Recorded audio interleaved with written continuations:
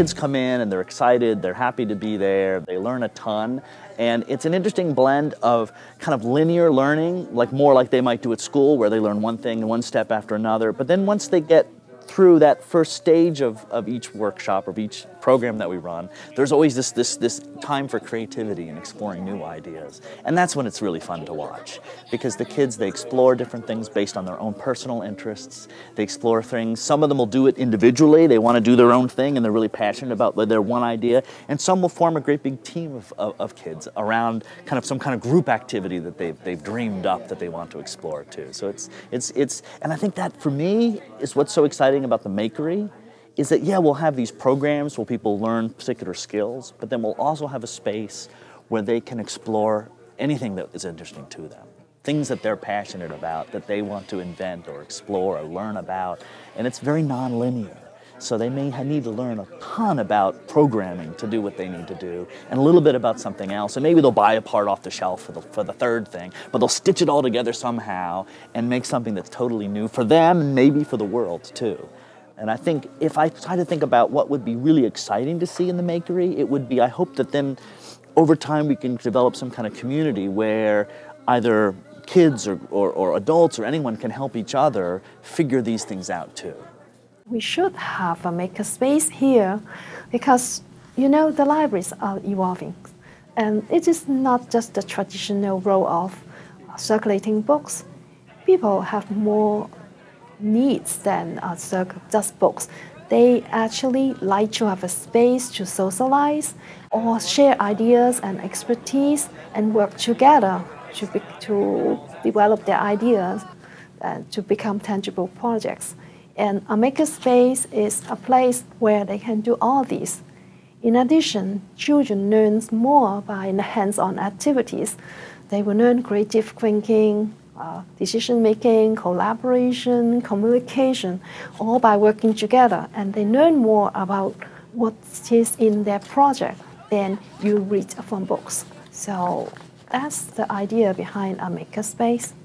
So Dorothea Brupta had this idea to reach out to a former student of hers, two former students of hers, the Lemelsons, because she had followed them since their years in Metuchen and knew about the Lemelson Foundation and their installation at the Smithsonian. So she reached out to them really to ask for some assistance with the children's room, some assistance with funding for the children's room in the library. And they sort of wrote back and said, we would love to help the library, but we can't help with the children's room. We need to sort of connect it to science, technology, engineering, and math. The most significant improvement that we pitched to the foundation was this idea of a makerspace. We said that we wanted to develop the next inventor from Metuchen, as Jerome Lemelson was a prolific inventor, individually funded inventor. So we want to develop the next generation of inventors from Metuchen with the funding. And he was constantly inventing. He was inventing really 16 hours of the day. And really no one in Metuchen knew. But during the period, it was probably one of his most creative periods when he was here, he had 600 patents, second or third only to Thomas Edison in the 20th century.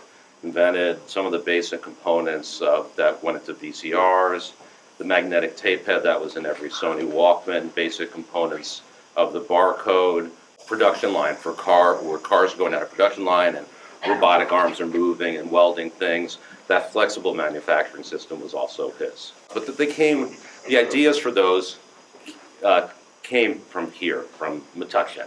So this is just a very small part of giving back to a place that we loved. So we need places like this so young people can get engaged in science and engineering and invention and continue to make the world a better place. We're all born to know. We're all born to learn. And the Makery is a great vehicle for kids to make mistakes and learn from their mistakes. Realize failure isn't a bad thing. You learn from it. There's no test in the end. You have to self-evaluate. You have to feel good about what you've done or make it better or move on to the next thing and learn a little more.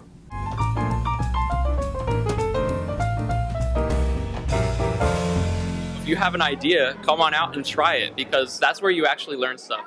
You don't really learn stuff just by reading.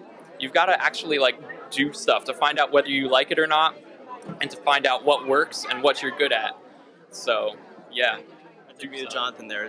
That's almost exactly what it is. Because, I mean, before high school, I was, I was reading in books about all this stuff, and I was, saw it in the news and things like that. It's all these new technologies. But it was only when I really got to high school and I got to go into class and in the lab and start building stuff that I really experienced it and realized what a passion I have for it. First of all makerspaces are all a little different. They often have different goals and functions. Sometimes the goal of a makerspace is for invention. An entrepreneur goes to a makerspace to invent something and start a company. Sometimes the goal of a makerspace is more educational, so helping kids understand and invent and create themselves. Sometimes the goal is more about artistic endeavors, crafting, creating, artistic design.